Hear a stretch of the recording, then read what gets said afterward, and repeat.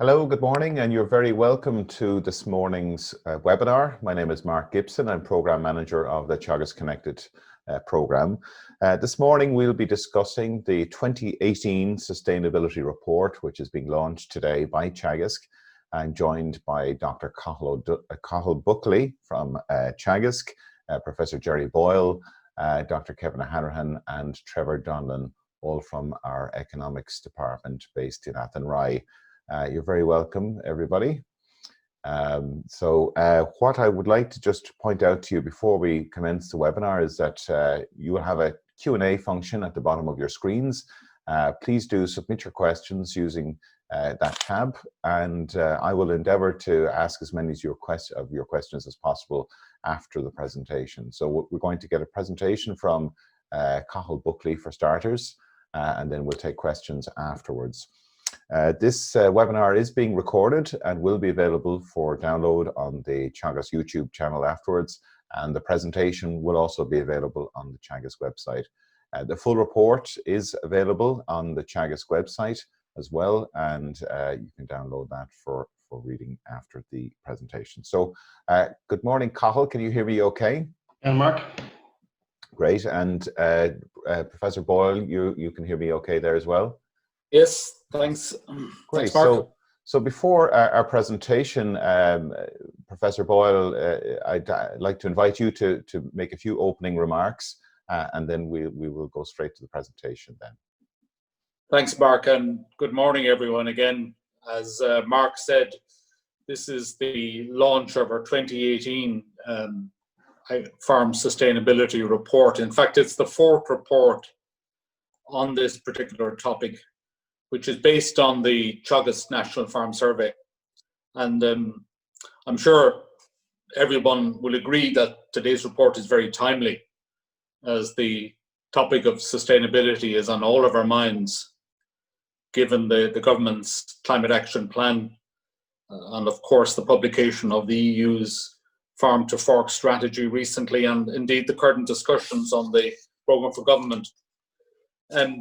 Teagasc has a very strong capacity in the area of sustainability, and especially in its measurement and monitoring. And the National Farm Survey is an unrivaled source of quality information on Irish agricultural sector. It was interesting last week in the Farm to Fork report that there was mention of the fact that the Commission planned to transform what's called the Farm Accounts Data Network, or the FADN, and Teagasc is part of that. The Teagasc National Farm Survey is part of that system. The proposal is to revamp that and transform it to deal with broader issues of sustainability, and I think we'd like to think that we've taken the head start in that respect, as will be evident from Cathal's presentation. I guess there are a few points that are particularly important about the National Farm Survey when it comes to measuring indicators of sustainability that are worth mentioning. First of all, we in Teagasc have been advocating the need to think of sustainability in a multidimensional sense. In other words, that it should embrace economic, social, environmental, and indeed in innovation aspects. And that's possible with the National Farm Survey. And secondly, and again, this will be very evident from Cathal's presentation, we can track the change in indicators over time. And we can do so in a way which is statistically representative of the national picture. And finally, of course, and this is most important, the information is highly accurate, thanks in large measure to the fact that we have a team of professional recorders working regularly with farmers. So I just want to thank a number of people involved in today's production. First and foremost, the farmers who've allowed us onto their farms, although less so this year, to assemble all of the information. I mentioned already our team of highly professional recorders, and of course the report's authors, Cathal Buckley and Trevor Donlan, and all of their colleagues in the Rural Economy and Development Programme. This year, by the way, you're going to get 2 reports for the price of 1, because later in the year Cathal will be publishing the 2019 report. So it's over to Cathal, Mark. And I understand, as you say, at the end of Cathal's presentation, we'll have questions. Yeah, and Jerry, you mentioned the National Farm Survey report. That's going to be launched next Monday, the 29th of June, and we will also have a webinar launch of that, the results of the National Farm Survey for 2019. So we will circulate you details on that when it becomes available.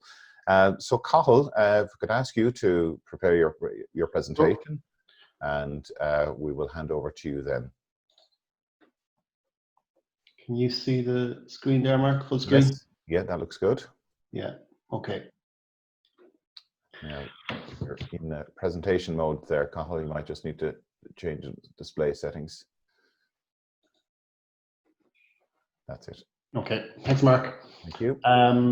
Firstly, I suppose I'd like to thank, acknowledge people who were involved in previous iterations of this report, Thea Hennessy, John Lynch, Emma Dillon, Kevin Hanrahan, Brian Moore, and Mary Ryan, the farm recorders, as the director has said, and the farmers involved in the collection of the National Farm Survey. So I suppose launching straight in, Mark, by way of an overview, I'm going to touch on the definition of sustainability, talk about the sample profile of the National Farm Survey, talk a little bit about the methodology we've used to develop these indicators, go through the results, and then speak a little bit about ongoing development of indicators we have in certain areas that are not currently covered by the report. As the director has said, we're defining sustainable agriculture as, the nested in 4 dimensions: economic, environmental, social, and innovation. Personally, I like to conceptualize it as a 3-legged stool, where you have the innovation, the economic, the environmental, and social legs, and you have the innovation stabilizer that helps keep them stabilized together. But each of those dimensions is equally important as the other, and failure on one leads to a failure of sustainability in general. So one dimension is no more important than the other. I just want to say that, as you said, Mark, the report is now up on the website. It's a very comprehensive report. It covers 4 farm systems: dairy, cattle, sheep, and tillage. 4 sustainability dimensions, as I have said: economic, environmental, social, and innovation. The most recent year we're publishing is 2018.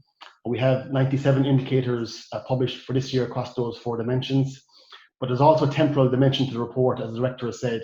We are reporting the individual years from 2013 to 2018 in the appendix of the report. So that's 97 indicators by 6 years. Now, I'm also going to refer to 3-year rolling averages. Why am I doing that? Again, as the director has said, short-term price or weather shocks, positive or negative, can have a significant influence on individual year results. So, by doing a 3-year rolling average, you can kind of discern longer-term trends by using that methodology.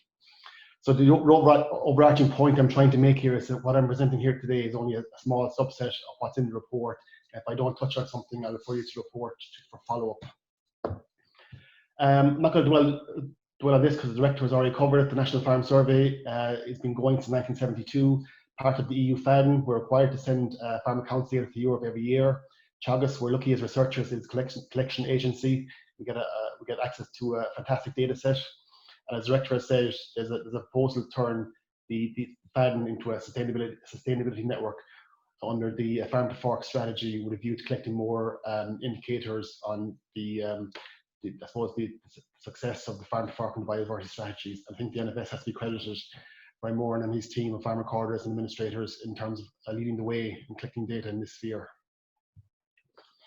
I just want to spend a little time speaking about the sample, because it's important in terms of the results later on. 876 farms in the National Farm Survey in 2018, representing almost 91,000 farms. That's the population represented. In terms of farm size in utilisable area in hectares, you can see that the dairy and tillage farms have slightly bigger farms than the cattle and sheep farms overall. And also I want to refer you to the livestock units. In fact, there's more overall livestock units on the dairy farms. But as you can see from cattle livestock units bar there are a significant amount of livestock on cattle or on sheep and tillage farms. Even though they're classified as sheep and tillage farms, they do have a significant, based on their output, they do have a significant cattle enterprise. And that's important when we come to look at the results and the kind of allocation of emissions later on. Final slide, introductory slide in terms of the charts I'm going to present. The top left-hand side is a bar chart, and when you see this, basically the box plot, the box plot in the middle is in the quartile range between the 75th percentile and 25th percentile. The middle line is the median. The top line is the 90th percentile, and the bottom arch is the 10% percentile. That's essentially looking at the distribution of results. The diagram on the top right-hand side is top, middle, and bottom. Anywhere you see a result called top, middle, and bottom, essentially we've divided the results by gross margin. Top 1/3 performing farmers, middle 1/3 of the economic performing farmers, and the bottom 1/3 by economic performance based on gross margin per hectare. The diagram on the bottom left-hand corner is the market orientation. Essentially, the colours stay the same throughout the presentation. So anything green is tillage. Tillage is a tillage enterprise, a tillage farm. Anything purple is sheep. Anything red is cattle, and anything blue is dairy. And on the final one, the bottom right, is a 3-year rolling average. This is how these are presented. So take, for example, the last year there, 2016, 2018. That's a function of the average of 16, 17, and 18. So that's how that's reported. Okay, so starting with the economic sustainability dimensions, we report on 5. Now, I'm not going to dwell too much on the economic side because the General National Farm Survey reports on these as a matter of course, and you'll be seeing results for 19 next year. But I'm going to touch on a few of them in the course of the next few slides. We report on 5: the economic return to land, profitability of land, market orientation, economic viability, and productivity of labour. So looking at the gross margin per hectare, profitability of land, the 2018 result is on the left and the long-term trend is on the right. You can see there, looking at dairy farmers, and it's no big news really that they're returning significantly higher gross margins per hectare than the other farm systems, over double that of tillage farmers and maybe 4 times that of the livestock farms. And that trend is consistent through time, and if anything, it's kind of growing in size because dairy farmers are increasing gross margins, where the others tend to be relatively static. The second economic indicator I'm going to look at is economic viability. How are we defining that? Well, it's a 1-0 binary measure. A farm is deemed to be viable if they can return the minimum agricultural wage for the labour employed and return a 5% return on non-land-based assets. So if they meet that bar, they're viable, and if they don't, they're non-viable in a farming sense. So again, there's a bit of a divide between dairy, tillage, and livestock. The dairy consistently averaging about 75% year on year on the long-term trend of being viable, so 3/4 of them are viable. About 65% of the tillage farms fall into this viability threshold, whereas it's down between 20 and 25% for the livestock systems. Again, it doesn't tend to change that much through time in the long-term trend in viability. The final economic sustainability indicator I want to mention is productivity of labour. So again, the trend is quite the same, but the gap between tillage and dairy narrows because there's a lot more labour employed in dairy farming. So you can see that you're looking at about, although the gap is slightly growing in recent years, the dairy returns the highest income per labour, closely followed by tillage, but the livestock systems are consistently down lower end of the spectrum, 10, 12, 13,000 on average. I just want to make the point that the four graphics at the bottom, these are across the 4 systems. I divided the profitability of labour by top, middle, and bottom. And you can see even within farm systems, there's a huge variation in productivity of labour. Not mind across systems, even within systems, there's significant variability there. Okay, so moving on to the second leg of the stool, the social sustainability. Again, we have 5 indicators here: household vulnerability, isolation risk, high age profile, agricultural education levels, and work-life balance. So again, with time constraints, I'm not going to go through all of them. If the ones I don't cover, I'll refer you to the report on the Teagasc website. First one I want to touch on is household vulnerability. So again, how are we defining this? It goes back to the previous definition of economic viability. So if a farmer is not economically viable, that definition, which is minimum wage plus 5% of non-land-based assets, and if they have no off-farm employment, then the household is said to be vulnerable. So it's kind of the flip of what we saw on the economic side.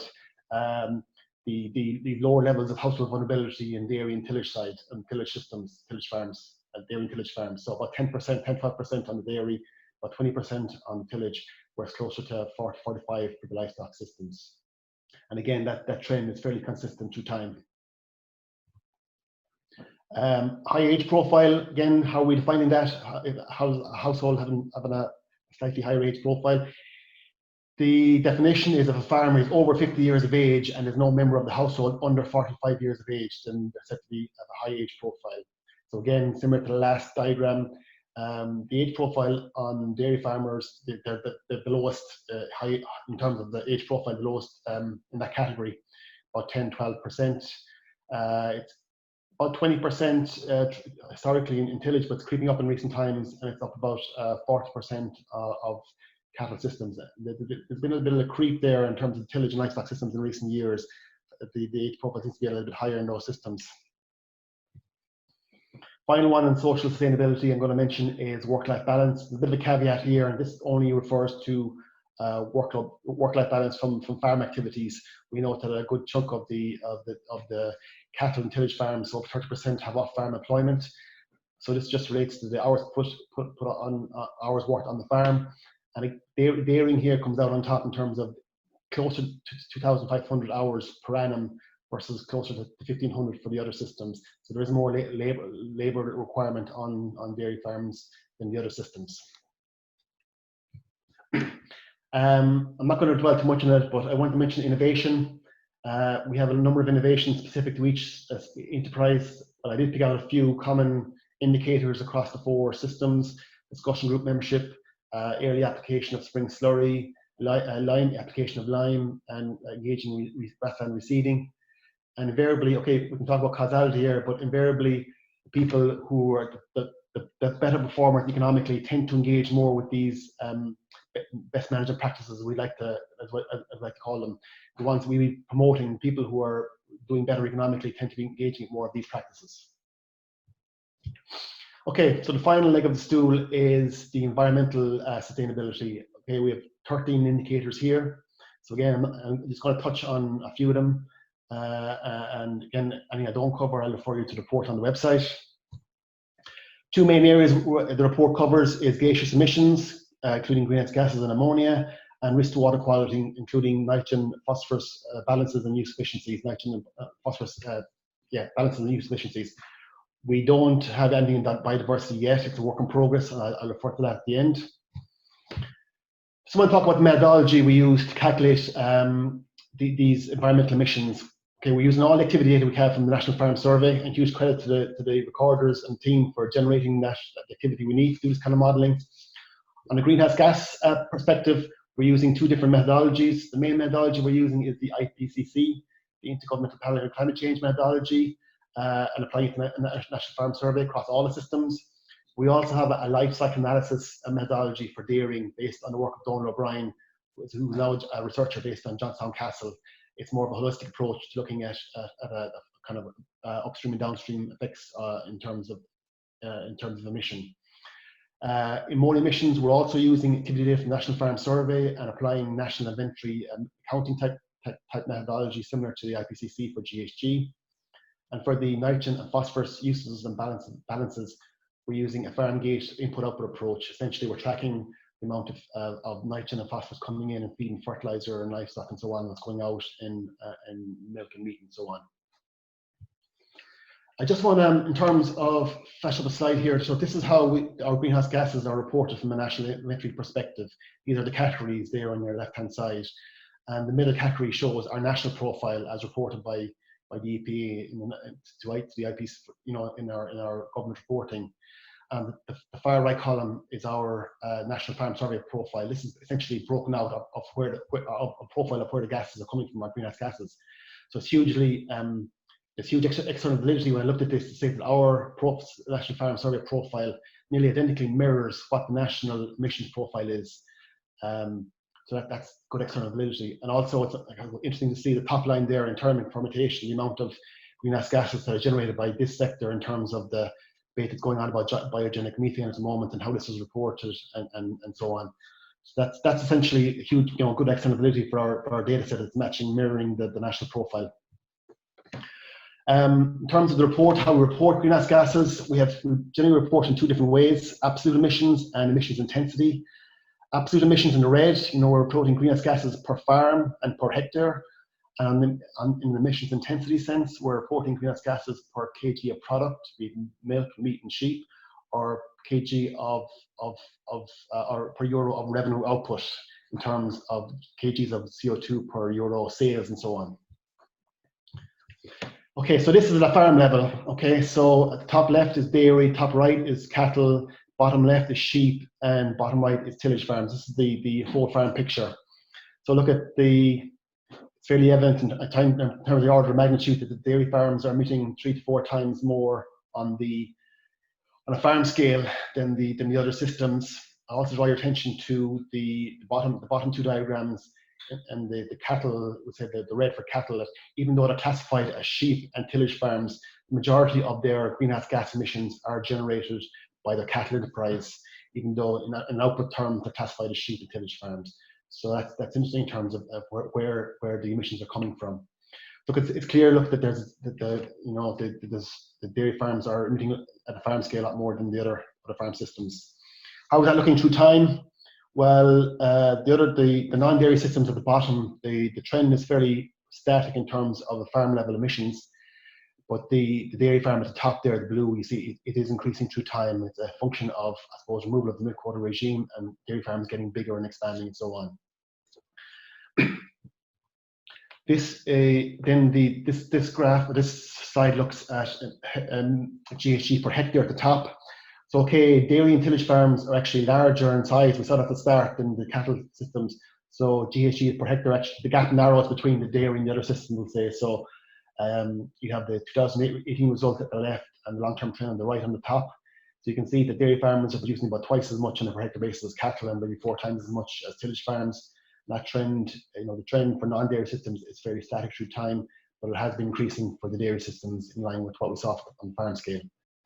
The story is a little bit different now when you look at GHG per euro of output. It's simply revenue generated through sales, because dairy is a high revenue generating enterprise and cattle isn't. Dairy comes in second here. Tillage, we'll say that in the long-term trend on the right-hand side, at about 4 kilo per euro of output generated, or 3 kilo per euro of output generated, and cattle and sheep are a lot higher in terms of. Okay, they have lower emissions, but they have a lot lower revenue generating capacity. So it depends, how you look at these metrics, you look at this, and what you're going after. Okay, so in the previous slides, we've seen that the absolute emissions from dairy farms has been increasing. I just wanted to disaggregate that in terms of where is that coming from, what's driving that. So we'll say I suppose I've broken down dairy emissions, farm level emissions, we'll say, into 3 components. Kilograms of milk per cow, which is the diagram on the top right, the carbon footprint of the milk produced, which is the bottom left, and then the average dairy herd size is the bottom right. It's all standardized on a kg of fat and protein corrected milk. So a standard kg of milk, 4% fat, 3.3% protein. So if you look at the results there, we'll say at the top right, the kgs of fat and protein corrected milk per cow, that's actually been improving. So that's good news in terms of farmers are getting more milk per cow. The bottom left diagram is the carbon footprint, which is decreasing, which is good. In terms of the milk they're producing, it's at a lower carbon footprint in terms of emissions intensity. But what's driving the absolute emissions is the bottom right, it's the herd size. The herd sizes have been increasing. You see the significant increase in herd sizes post milk quota. That's essentially, it's the animal demographics that are driving the absolute emissions increase. I mentioned earlier on that we also do we have an LCA approach for looking at the carbon footprint of milk production using Donald O'Brien's model, formerly Milk Work, now Johnstown Castle. And just to say that Borbia also used this model in their evaluation in the Sustainable Dairy Assurance Scheme, the SDAS. And we've compared numbers with Borbia, and Ellen Murphy has provided the figures first, thankfully, and acknowledge her for doing that. So the figure at the top is the farm average figures, and the figure at the bottom is the average weighted by milk supply. Okay, so we collect with different sampling profiles. Borbia have a large scale survey. We go into more detail in terms of data we collect. But to my mind, the numbers are tracking each other, which is good external validity for both methodologies. You can see there was up to 2015, 2017, the emissions intensity was declining, but the effect of 18 and last year has seen an increase in the time series for the 16-18 results. We also look at the emissions intensity for beef and sheep, live weight beef and live weight sheep produced on an IPCC basis. So again, it's declining through time, which is a good news story. There's more live weight beef and sheep being produced at a lower carbon footprint. And if you look at it in terms of top, middle, and bottom performance, better performing farmers tend to produce at a lower emissions intensity. Okay, so the final gaseous emissions one is ammonia. Again, similar to GHG, we have emissions, absolute emissions on a per hectare and per farm basis, and emissions intensity by kg of product, milk, beef, and sheep, and per kg of euro output revenue generated, same as GHG. Look, it's quite similar story to greenhouse gases. The order of magnitude is a bit bigger. It's about 4 to 6 times higher on dairy farms. Total ammonia emissions compared to cattle is slightly higher than the sheep and tillage. But cattle is about 4 times lower than dairy, and about 6 times lower on cattle and sheep farms. And again, I draw attention to the colours at the bottom, like the cattle enterprise on the sheep and tillage farms are generating the majority of the ammonia emissions, similar to the story in GHG. Look, it's a carbon copy of what's happening on the farm scale for GHG. The other systems, the non-dairy systems, are remaining fairly static, whereas the increases, because dairy farms are getting larger and the output's increasing, the increases are coming on the dairy side, as we see from that diagram on the farm scale. Again, similar to what we saw on the greenhouse gas side, if you put ammonia emissions on a per hectare basis, again, dairy farmers are larger than livestock farmers and as our tillage farms. So the gap isn't as large on a per hectare basis. It's the 2018 result is top left, the long-term trend is top right. You see the dairy farmers have about twice the level of ammonia emissions per hectare as cattle farms, and about 4 to 5 times that of tillage and sheep farms. And again, the bottom diagram is looking at ammonia emissions per euro of output. So it's similar story to GHG. The dairy comes out second best with sheep in terms of emissions per euro of output. Again, tillage farmers not the best because they have lower emissions and they have relatively high level of output compared to the livestock systems. Whereas dairy has high level emissions, but they also have high level of revenue generating capacity. So they're coming out second best with tillage, with sheep in that metric. I just want to say that emissions intensity, similar story to GHG. Okay, the emissions intensity through time is improving, and in terms of milk being produced, live weight beef, live weight sheep, farmers are producing this output at a lower carbon footprint through time, and the better performing farmers economically are producing at a lower carbon footprint. And we saw on the dairy side a similar story here for ammonia that we saw on GHG. The driver essentially is the herd sizes. Okay, moving on to the final environmental indicators, indicators, and a look at its risk water quality. Again, we have absolute emissions here in terms of nitrogen and phosphorus balances. This is the excess of inputs over outputs. It's on a per hectare basis. And the use efficiencies are more of an agronomic measure in terms of how much nitrogen and phosphorus are being maintained on the farm system. So you track an amount of, let's say, phosphorus and nitrogen coming in feeds, fertilizers, livestock, any purchased feeds, forage feeds, what's going out in milk, meat, and crops, and so on. All other things being equal, the balances, the nitrogen and phosphorus, all other things being equal, are an indicator of pressure on the local environment. When it comes to water quality, that's a huge caveat in terms of we don't know, the local biophysical environment and the end loss risk and the hydrological connectivity has a huge influence on the riskiness of those balances on a local scale. So that point has to be made. Let's look at the end balances, and now the 2018 results are on the left-hand side, the long-term trend is on the right. This is the excess of inputs over outputs at the farm gates and the farm gate scale on a per hectare basis. Now, the weather had a huge effect here in 2018. We had a late turnout dates, and we had a significant drought in the middle of 18. So there was significant extra feed inputs, and farmers were putting out fertilizer in the hope of getting a response, even though there was no water there, which is there's some learnings there for us maybe in the present environment. But the 2018 results will show that the dairy farm balances are the highest they've been for some time. The long-term trend would say is that dairy farm balances, due to their higher intensity levels, are higher, tend to deviate between 150 and 200 depending on the year and the weather in question, the year and the weather conditions in question, whereas the other systems are 2 or 3 times lower than that. And again, the weather things to play. Weather plays a lot of impact here in terms of losses year on year. Good years you tend to have lower surpluses, bad years higher surpluses, and so on. The poor weather in 18 also had effect on use efficiencies. Down for the livestock system for dairy it's closer to 20. Other years it's been closer to 25. Again, weather had a huge impact here. You see the long-term trend. Just thing I want to say is, one point to make is that tillage systems or livestock systems are a lot more leakier when it comes to nitrogen. They're cycling through an animal. So the frontier for what's achievable here is probably closer to 30-35% perhaps in a good year, where tillage farmers have a lot higher, frontier than the livestock systems.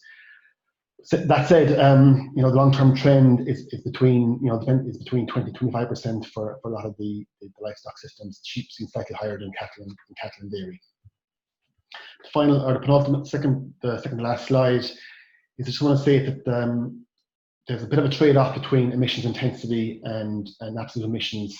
More so than on greenhouse gases and ammonia. At the top there, you've seen the kilograms of product, be it milk, be it live weight sheep or beef produced, and that the better economically performing farmers tend to produce more product per kg of surplus or per kg of emission, we'll say. Whereas on an absolute level, they also tend to produce more higher emissions on a per hectare basis. So there's a bit of a trade-off between emissions intensity and absolute emissions in that sense. Final slide here is just say we've ongoing work in that we're in the middle of developing a life cycle analysis model for beef. Some of our colleagues in the agri section of Teagasc are leading that. We're also working with John Finn trying to develop a biodiversity indicator to the National Farm Survey. I know I mentioned this last year. We are running into 2 issues with GDPR and so on, and get access to the kind of data we need. But we are working on it to try and complete the data set in terms of biodiversity indicator to the National Farm Survey. So on that note, I'll leave it back to you, Mark, to open the discussion up. That's great, Cathal. Thank you very much. Really comprehensive presentation. I know it's difficult to squeeze it all in, but as I said, the report is now available on the Teagasc website. If you go to the homepage and just look under recent publications, the full report is available. So just again, a reminder to submit your questions using the Q&A tab. We have a number of questions in so far. We'd be delighted and welcoming back Kevin Hanrahan and Trevor Donnan as well. So please do make use of the few minutes. So we have up until about 10:30 to take your questions. So Cathal, we have a number of questions coming through here. One in relation to animal health protocols on farms. Could this be considered in future assessments as an indicator of sustainability? I guess we have looked at animal welfare criteria, Mark. It's a little bit difficult in terms of collecting the data we might need, but we acknowledge it as a growing area. So I know colleagues of mine, Emma Dillon and Mary Brennan, for example, have looked at trying to develop an indicator. So if we can untangle something and add it to our schedule, we will certainly look at it. It is on our radar. Just before we go on, Cathal, I mean, people watching today will be wanting to know, well, how are we performing from a sustainability point of view? How is Irish agriculture performing? And, in a few words, Cathal, how would you sum it up? And I mean, how are we at a point where we can compare ourselves to how other our European countries are performing? I appreciate there are different systems in place and so on, but are we getting to that point, given the fact that we are using data that's coming from the FADN network? I guess, as the director mentioned earlier, and I mentioned in my presentation, the Commission have put a proposal to turn the FADN into more of a sustainability network, with the view to standardising approaches across countries, the view to looking at this very topic, Mark. there are various reports out there that compare different countries, be it on a life cycle analysis basis or other basis, but people tend to use different approaches and data sets and so on. So I suppose the opportunity for FADN maybe is to standardize approaches so we can really have a look at this issue. Not that, like, it depends what you want to look at, Mark, in terms of how we're performing. If you're just focusing on the environmental stuff, then we also have to look at the social and economic. If you just focus on the environmental, like on absolute emissions, we're tiny in terms of the overall scheme of things. But we do have national targets on a per kg of product basis. But I would have seen was that we're quite carbon efficient. If you go back to the JRC report, we're joined first in carbon footprint for milk and top 5 for beef. So on a emission intensity perspective, those reports would indicate that we're performing quite well.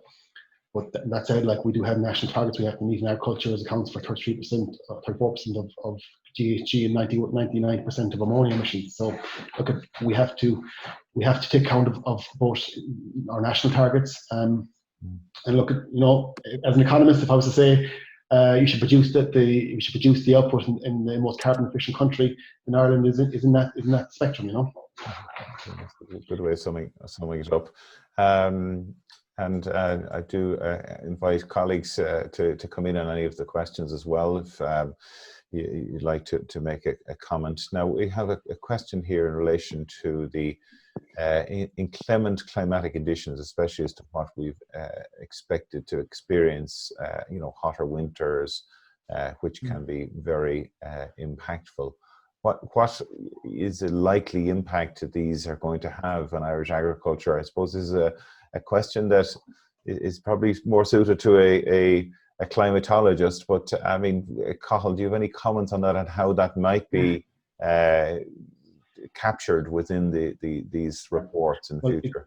We saw in 2018, Mark, with the drought, it's probably the first time we'd experienced that.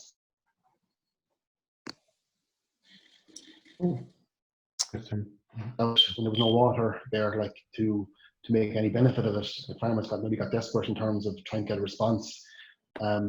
So I think that there's been a lot of learnings from what happened in 2018 that we can apply going forward, and tailor our management practices to the weather if the drought happens. If it gets drier and grass growths decline, then you look at more imported feeds from other sources, which will have probably a detrimental effect, probably potentially on emissions, but also on economic side. I looked at the 2018 figures, and I think the concentrate feed inputs in dairy farms doubled for 2018 versus 17 based on those weather conditions. So look, it's a case of trying to manage the weather and the weather conditions as best we can, and come up with maybe resilient strategies to cope with as best we can. I mean, Mark, if I can just come in there, I mean, I think what this is really doing is looking at what has happened using the best science, and rather than trying to forecast what will happen, but in terms of the spatial changes that might happen depending on which climate model you're looking at across the country.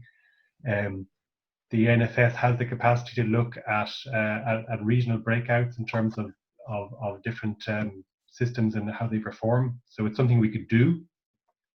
But the set of indicators that Cathal has been presenting on was 90 by 6, I think. And if you break the country into its planning regions, you've got another multiplicator there. There's always a trade-off between seeing the wood from the trees. Sometimes it's very important to look very closely at a given tree, but you can get lost in the details. So we've chosen to present these numbers by system at a national scale.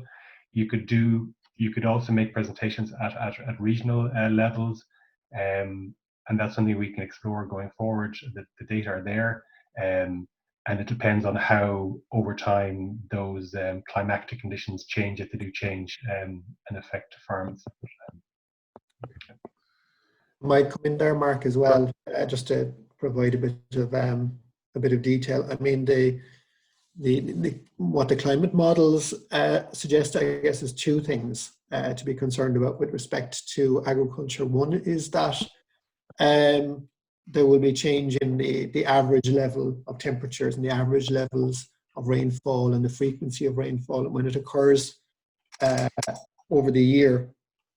And the other one is the increased prevalence of weather shocks. And I think what we saw in 2018 was evidence of a weather shock. So the evidence of increased variability, whereas the more general issue probably is the one of change in average temperature and change in rainfall and what have you.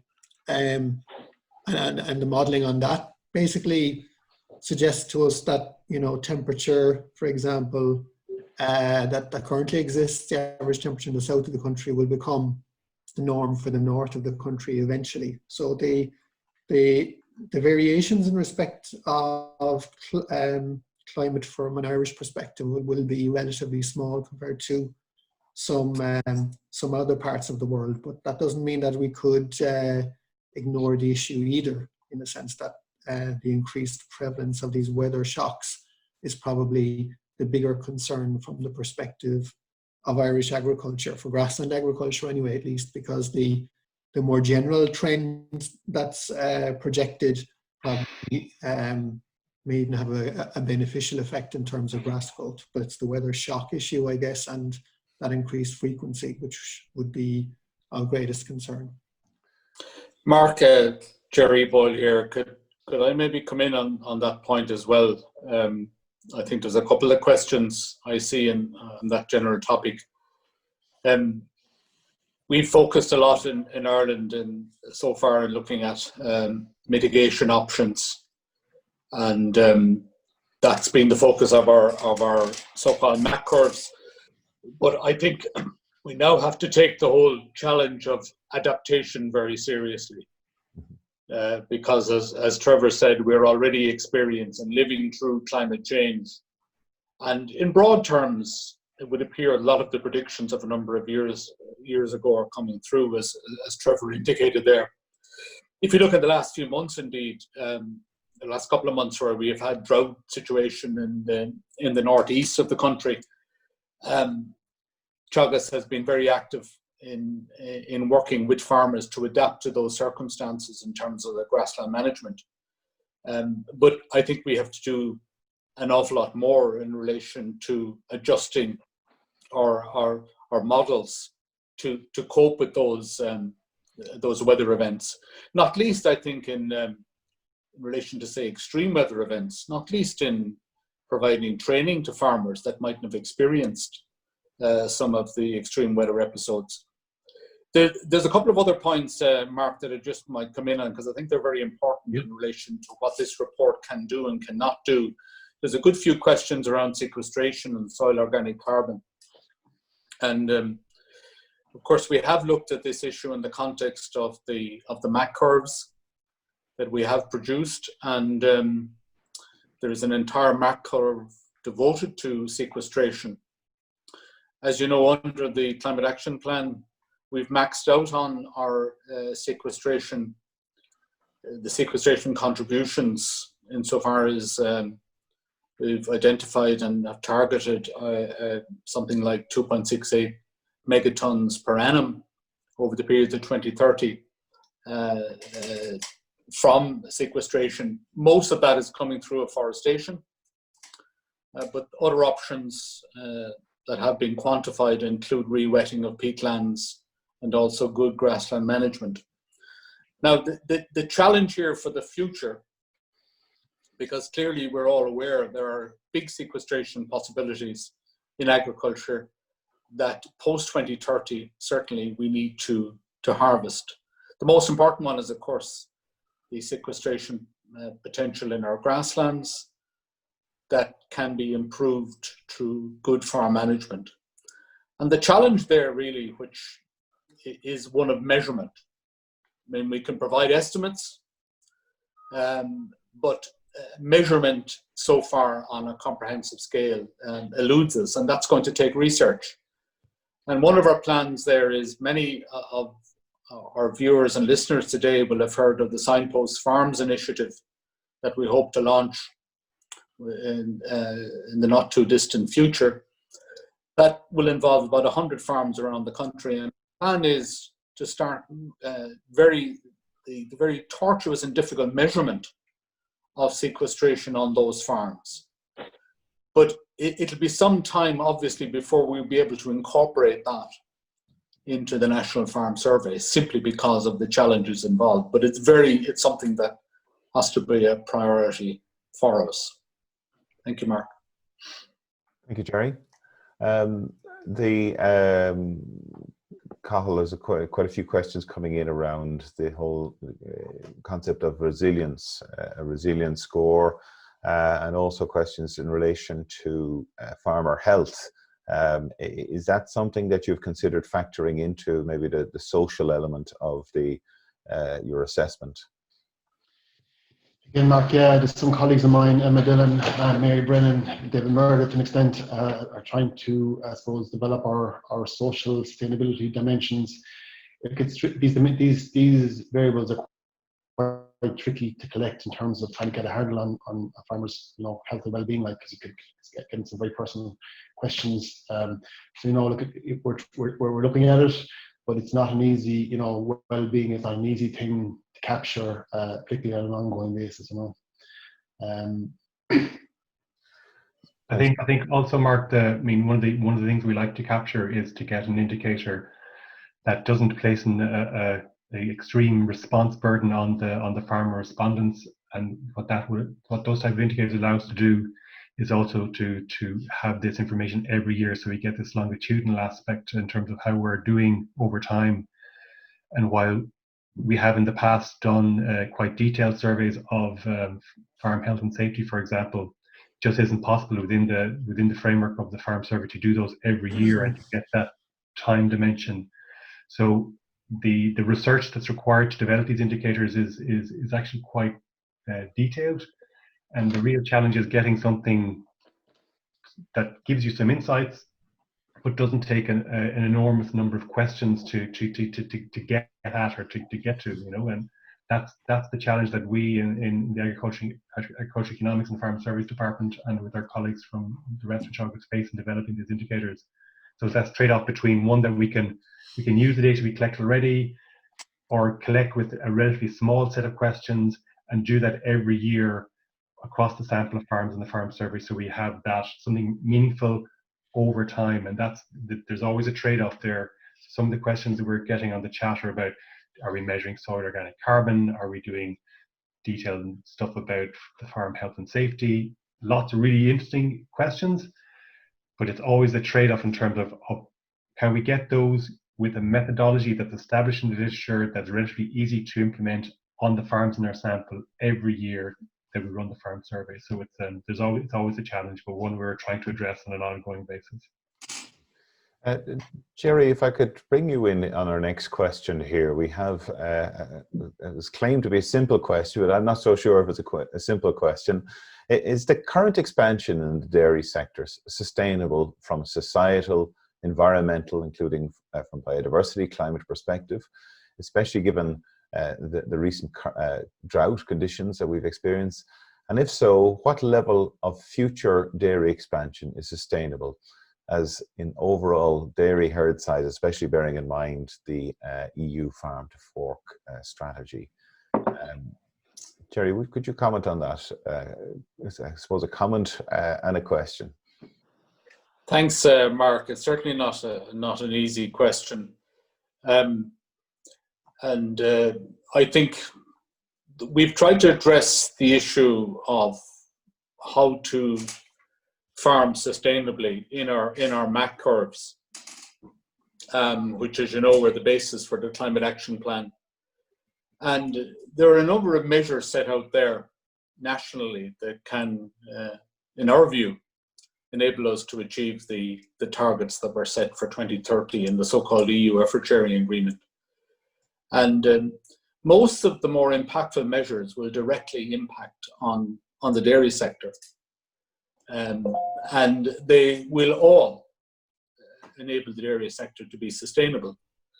For example, we are advocating a switch from canned to protected urea, which our research has shown definitively will be highly impactful in terms of reducing both greenhouse gas emissions and ammonia emissions without adversely affecting performance of grass production.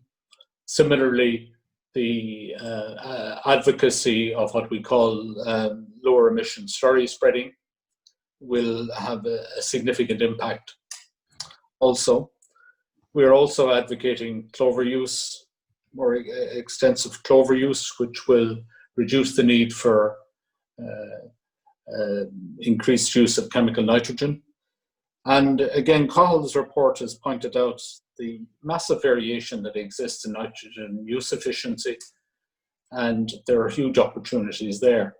Now, all of those have to be implemented over the next period up to 2030 to achieve sustainability across the board. But the biggest challenge, as Cathal has demonstrated, and is very clearly evident, while we are making important positive improvements in regards to the production of greenhouse gases, for example, per unit of product, which is an indicator of efficiency, these are offset, particularly by the growth in numbers. And that really is the challenge. I mean, when you take the overall livestock sector into account and look at the divergent trends, say, in suckler production, in suckler beef and in dairy cows, we still feel that up to 2030, it's possible to achieve stability in overall numbers. So from a national perspective, we think we can stay within the boundaries of the Climate Action Plan. But there are clearly pressures. There's no question about it. And I mentioned earlier this year's challenge in regards to the drought situation, which was localized, but nonetheless severe for some farms. We experienced similar drought conditions, or maybe in a more pervasive scale, in 2018. And the challenge for research and for the advisory services is to, as I say, adapt. And we will have to look at our optimal systems in relation to grass production. I've absolutely no doubt that the grass model holds out the opportunity to enable us to adapt. But we need to examine it very carefully and see what kind of adjustments we will have to make in terms of the key parameters of that system. So in a nutshell, from our perspective, and specifically in relation to the targets in the Climate Action Plan, our view is that they're achievable if the measures in the MAC can be adopted, and they're achievable with a total, with an unchanged total livestock numbers. Now, if the challenge is to be more ambitious, or if the current trends in livestock numbers don't continue as they are, well then clearly policy is going to have to revisit the 2030 targets. Jerry, I presume a follow-on from that is there will be a requirement for a significant knowledge transfer effort. Could you maybe outline the signpost farming model that's being discussed at the moment or being proposed? Yeah, well, I've often said that when it comes to climate change, whether it's mitigation or sequestration, the easiest bit is to set out the targets and assumptions. It's easy to do it on the spreadsheet. Translating that onto farms is a real challenge. And if you take something like, for example, the encouraging farmers to switch to protected urea. I mean, farmers have been buying probably many farmers have been buying the same compound fertilizer for years. In some cases, it's the only one available in their store. So changing mindsets is a challenge, and this is where the advisory services are so important. Both the Teagasc advisory service, the private consultants, advisors, and indeed the advisors working in agribusiness. We all have to work together. And in the first instance, we have to demonstrate that solutions exist. And that's where the signpost farm comes in. And basically, the idea is that we would select in around 100 farms from around the country, representative of the broad systems, livestock systems and tillage systems. And on all of those farms, we would implement a menu of measures. In fact, we've identified, there's no silver bullet, we've identified up to 25 measures in total. They embrace both sequestration measures, mitigation measures, and indeed also bioenergy measures. And the idea is, in the first instance, based on tried and true practices, demonstrate to farmers how they can implement these measures on their own farms and enable them to learn from each other. But we recognize for this to happen, Mark, we're going to have to work with the farm organizations, with farmers themselves, with partner agencies such as Orbea and so forth, and also, of course, with the cooperatives and meat companies. That we all have to work on this together. And demonstration, though, is the first step. And thereafter, then, you would hope that we can upscale that through farmers collectively appreciating that there are solutions. I mean, one of my former bosses used to say to me, "Don't bring me problems, bring me solutions." It's so true. And we do believe into the future. Science never stands still. More solutions will emerge. Our MAC is based on up-to-date knowledge. But we're investing along with partners in the universities, both here and abroad, New Zealand, for example, as well, with collaborators. We're working on bringing forward new science. And there are some very exciting possibilities in relation to genetics, in relation to feed additives and so forth. There's a comment here I see about animal health. Animal health is hugely important. Mm-hmm. And in fact, in the current MAC, we've incorporated animal health. But that's just one example of where we can bring forward, as I say, solutions. And they are going to have to be based on advisors working with farmers on the ground. Thank you, Mark. Thank you very much for that, Jerry. We are coming close to the end of our webinar this morning. A lot of questions coming in, and we're just simply not going to have the time to answer all of them. But what I know that I'm sure the questions coming through are going to inspire some ideas within the team in terms of the future questions, what this assessment will cover. Cathal, just to finish out, I mean, there are some questions coming through there around how geographically specific we can become about our sustainability assessment around particular parts of the country, or can we say that a particular county or region is sustainable, or how can we get to a slightly higher resolution in terms of the information that we're presenting? If we're talking about using the National Farm Survey, Mark, we can get to, I suppose, regional level in terms of nuts 2 or nuts 3, perhaps. And I know colleagues tend to publish economic data on a regional basis, so we can get regional. But you know, when it comes to some of the environmental indicators, it's very, very difficult because, as I said, water quality in particular, a huge amount depends on the local biophysical environment in terms of the soil type, hydrological connectivity,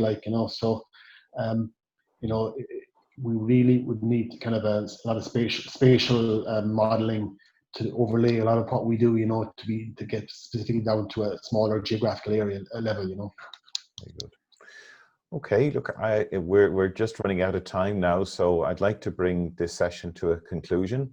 I'd like to thank all of our speakers, Dr. Cathal Buckley, Trevor Donlan, Kevin Hanrahan, and Professor Boyle for their comments. I'd also like to take the opportunity to make you aware of a signpost webinar series that's broadcast every Friday morning at 9:30, and it aims to address some of the more scientific questions. And we did have some very technical questions coming in today around climate change, and I'd just like to advise you of that webinar series, which goes out every Friday morning at 9:30, and you can find more details on the Teagasc website.